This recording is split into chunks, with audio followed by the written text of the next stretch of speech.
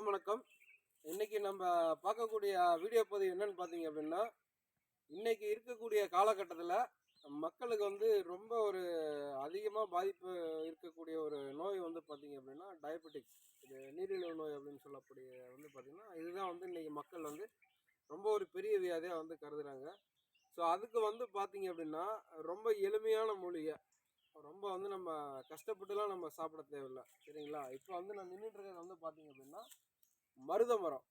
இந்த மருத மரத்தில் நம்ம என்ன பயனில் நம்ம மருத்துவத்துக்கு எடுத்துக்கலாம் அப்படின்னு பார்த்தீங்க அப்படின்னா, இந்த மரம் இருக்குது பார்த்தீங்களா, அந்த மரத்தில் பட்டை இருக்குது. இந்த மேலே இருக்குது பார்த்தீங்களா பட்டை, இந்த பட்டையை வெட்டி பொடி பொடியாக நறுக்கி காய போட்டு அரைச்சி பவுடர் பண்ணி சுடு தண்ணியில் ஒரு ஸ்பூனு டெய்லியும் ஒரு வேளை நைட்டில் காலையில் இந்த மாதிரி ஏதாவது ஒரு வேளை மாற்றி மாற்றி சாப்பிட்டுட்டு வந்தோம் அப்படின்னு பார்த்தீங்க அப்படின்னா இந்த சர்க்கரை நோய் பார்த்தீங்க அப்படின்னா ரொம்ப விரைவில் பார்த்தீங்கன்னா நார்மல் கண்டிஷனுக்கு வந்துடும்.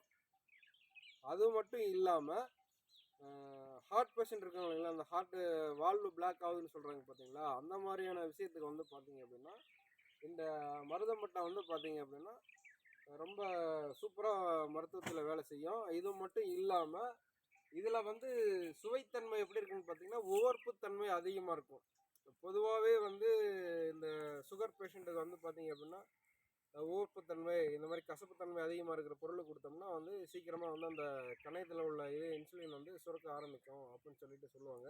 ஸோ இதில் பார்த்தீங்க அப்படின்னா நீங்கள் நார்மலாக இருக்கிறத உவர்ப்போட பார்த்தீங்கன்னா உங்களுக்கு உவர்ப்புத்தன்மை இரட்டிப்பாக இருக்கும்.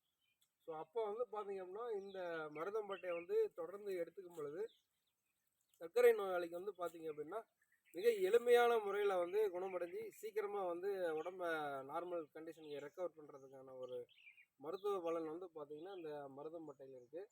ஸோ இது பார்த்தீங்க அப்படின்னா மலைப்பகுதிகளில் தான் அதிகமாக கிடைக்கும், கீழேயுமே கிடைக்கும். மலைப்பகுதியில் இந்த மாதிரி அப்படி இருந்துச்சுன்னு கேட்டாங்க.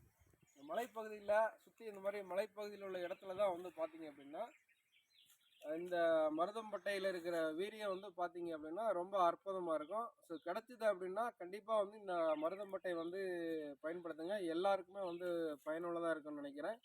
ஸோ தொடர்ந்து அடுத்த ஒரு நல்ல நல்ல மூலிகை பதிவுகள் பதிவு செய்கிறேன். நன்றி, வணக்கம்.